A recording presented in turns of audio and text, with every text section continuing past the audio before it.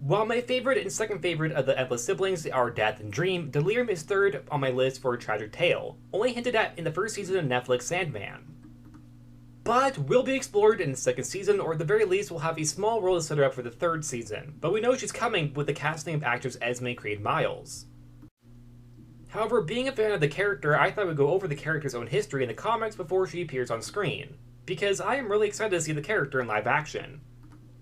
And I also just like talking about the Sandman comics, because it's my all-time favorite series. The term delirium means confusion and mental unawareness that could lead to complete or close to madness, hence the name the character has. Delirium is the youngest of the Endless, first appearing in the Sandman issue 21 from 1990, an issue focusing on a family dinner. She's shown to be shy and worried, saying that she did something bad yesterday. When Death asks if she's okay, seeing that something is up. This is a norm for Delirium, being regretful for her actions. Her textbooks are also shown often to be disordered and colorful, as a way to represent the character's, well, let's say, maddening type of speech. Which I do wonder as to how that'll be portrayed in the Sandman TV show, as to how they can portray that in live action. If they'll have a filter over her voice or something. Although on the other hand, I can see that being a bit distracting to, well, really anybody who just wants to watch the show.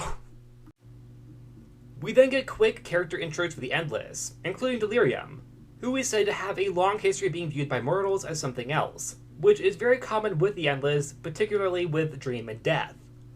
One of these myths was one time lied about by a poet named Coleridge, claiming to have known her personally, but wasn't even aware that her real name was Delirium and was a part of the Endless, opposed to what he believed her to be. She's also said to have at one point had a tragedy, that the others are completely unaware what happened, not even Destiny, who sees everything. Which is something that Destiny finds pretty concerning, considering that his entire existence is based just on that. We also learn that Delirium wasn't always Delirium. Instead, her original name was Delight. However, after the unfortunate tragedy, she would end up losing her way, becoming Delirium, creating a bit of a mystery with the character, one that was never resolved or revealed. Instead, that's not the focus, but instead who Delirium is post her trauma. However, I do wonder if we'll learn anything about what happened to the character on the show or not. I would both like a reveal to what happened to the character, but at the same time, I think that would be a bit too big of a change for the show. And to be fair, the mystery element of the character's backstory is not the focus of the character. It's the character going forward after the tragedy. Like all of her siblings, Delirium has a job to do, and that is to visit mortals in their moments of madness to guide them further into their own delirium, something that she herself has regret over, even though she still does it. She isn't fully okay with her job, showing how distraught she was with their family dinner, and often is. However, the character doesn't seem to be against what she does at the same time, not enough at least to stop, or make a pretty big change in the way it's done, like Death did.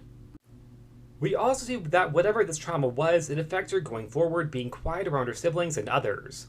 Although we do see that she still cares about them, especially Death and Destruction, since even after what happened, they still always had her back. The two of them are also just the most friendly of the Endless, which I do think is kind of funny, that Death and Destruction are the friendliest.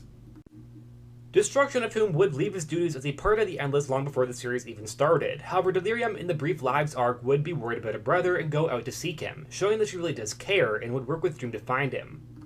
Something that she is a bit nervous about because Dream does scare her, which, I mean, to be fair, I understand why. He has good intentions, but sometimes can do some sketchy things and do some sketchy work.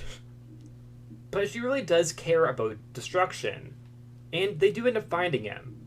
Also, it should be noted that apparently it's unknown to Destiny that she is capable of forcing herself back to clarity, as she was when she was Delight, something that she herself points out, which to me means that Delirium somehow had a kinda role in Destiny not knowing what happened to her, which previously it was implied that whatever happened to her was caused by something that hid it from him. But this makes me think that Delirium herself hid it from him. Although that's only my interpretation of what is happening, I could be wrong. We also see, like her siblings, she can take on many different forms. However, unlike them, she doesn't really have a specific base form, instead taking on many different appearances, perhaps implying that her true form isn't as simple as one. But instead, the markings of a blue and green eye are always there. Or almost always there, part of the character's form, whatever appearance she is taking. We also learn bits and pieces of the character's past, such as a time when she visited the Roman Empire and she was known as Mania. Delirium is also a pretty big character in the Sandman fan art pages online.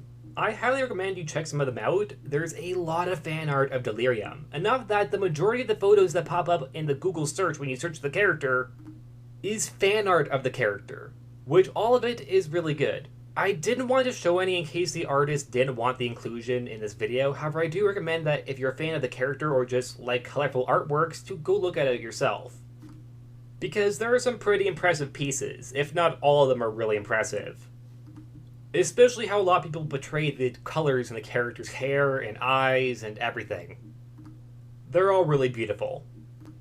And I do apologize for not showing any in this video, but yet again, I didn't want to show one in case the artist didn't want it in the video. Delirium overall as a character is a mystery of trauma. We don't know what broke her, but whatever it was enough to turn her into Delirium. But we also know, unlike Desire or Despair, she isn't a lost cause. She still cares about people and her siblings. Perhaps not in the same light as Dream, Death, and Destiny do, where I would say all three characters put in an effort to be better. Delirium doesn't.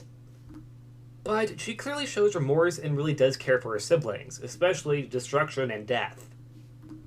I do kinda hope for a potential answer in the Netflix series as to what happened to her. However, at the same time, like I said, maybe it's for the best, we don't know. I can really see it both ways. Personally, I would say that, gun to my head, what I want between having a actual concrete answer or not having it and leaving it a mystery, I would say an actual answer. But at the same time, I just really want an answer because I'm really curious. But it also might not be helpful to the story if we do get an answer. Instead, for a storytelling perspective, it could be better that it just is left a mystery. What are your thoughts on it? Because I really can't decide. I want to know what happened, but at the same time, I don't think it would help the story if I did. Also, my Twitter and Instagram are down below if you want to follow them. If you don't, then don't. You don't have to. And that's it. Like always, please like, subscribe, and I'll see you guys next time. Bye!